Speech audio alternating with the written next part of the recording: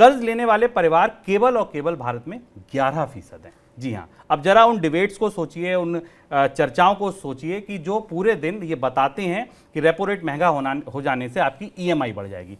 EMI बढ़ने का असर तो केवल 11% लोगों को पड़ रहा है, बाकी तो 89% आपके लिए बचत के लिए बैंक जाते हैं। तो बात उनकी ज्यादा होनी चाहिए या कर्ज की?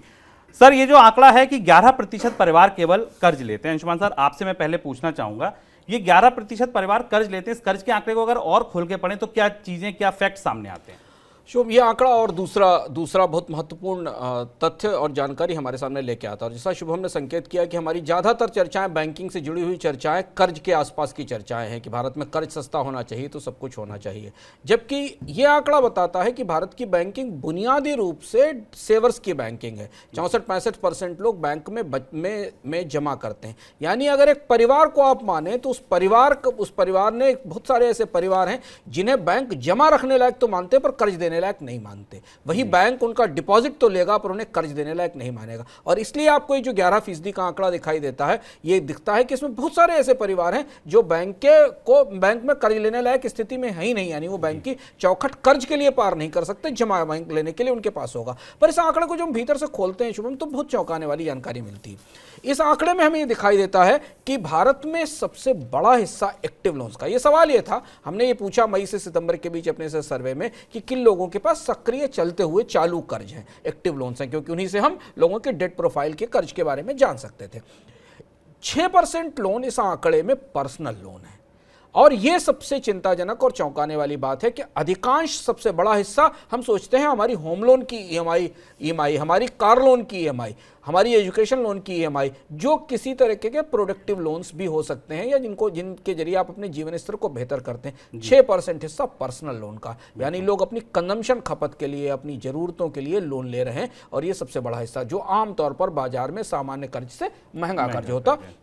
और इसमें अगर हम क्रेडिट कार्ड के लोन को भी जोड़ लें, जैसा शिवम ने कहा कि अगर मनी के ऐप पर आप जाएंगे तो आपको पता चलेगा कि भारत में कितने लोग क्रेडिट कार्ड का पेमेंट ही समय से नहीं करते, अपने पेमेंट को ही रोल ओवर कर देते हैं। अगर उसे आप जोड़ लें, दूसरे नंबर पर 5% होम लोन है, तीसरे नंबर पर गोल्ड है जो गोल्ड लोन भारत में नई उभरती हुई विधा है। और खासतौर से कोविड के दौरान हमने देखा कि सोने के बदले बहुत बड़ी संख्या में लोगों ने लोन लिए। बाकी एजुकेशन लोन छोटा हिस्सा है। तो पहली चीज तो है कि भारत का जो डेट स्पेस है, जो कर्ज का स्पेस है, वो बहुत बड़ा नहीं है। इसका एक बहुत बड़ा हिस्सा रिटेल हिस्से में बहुत लिमिटेड लोगों तक सीमित है, ये समझना जरूरी है। और दूसरी चीज ये कि जब भी ब्याज दरों में कमी होती है तो सबसे ज्यादा नुकसान भारत के उन सेवर्स को होता है जिनकी बैंक में डिपॉजिट रखे हुए हैं। बिल्कुल। और इस कर्ज के आंकड़े में एक बड़ी इंपॉर्टेंट चीज जो है वो ये है कि 15,000 से कम कमाने वाले परिवार भी 8% परिवार कर्ज ले रहे हैं। 15 से 35 के बीच 16%, 35 से 50 के बीच 9% और 50 से ऊपर 14% परिवार कर्ज ले रहे हैं। एक इंपॉर्टेंट चीज आलोक सर जो आपसे समझना चाहूंगा, 15,000 से कम कमाने वाला परिवार भी अगर कर्ज ले रहा है, कहां से कर्ज ले रहा है, ये क्या इसको बैंकेबल मान रहे हैं? देखिए, अगर आप बहुत गौर से देखें, तमाम दिल्ली की कॉलोनीज़ में और तमाम शहरों की कॉलोनीज़ में ये बोर्ड दिखाई देने लग गए हैं कि सिविल रैंकिंग खत्म होने के बाद भी, नेगेटिव होने के बाद भी हमसे कर्ज लें। तो सिविल फ्री लोन बहुत बढ़ रहे हैं और वो निश्चय ही अनऑर्गेनाइज्ड या वैसे हैं जिसमें हम चाइनीज़ ऐप की बात भी सुनते रहते हैं कि साहब वो फंसा के आपको पीट पाट के आपसे वसूली करते हैं।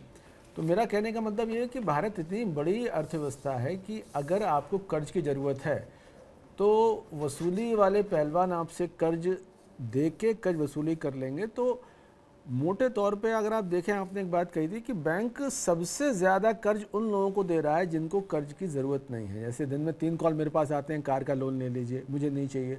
लेकिन वाकई किसी को जेन्युइन ज़रूरत हो अगर अपने, तो उसको आसानी से कर्ज नहीं मिल रहा। उसके बावजूद, तमाम हमारे दावों के बावजूद कि बैंकिंग बहुत बड़ा नेटवर्क है, एनबीएफसी बहुत बड़ा नेटवर्क है, उसके बावजूद आप देखेंगे कि इस देश का हर सुनार मनी लेंडर है।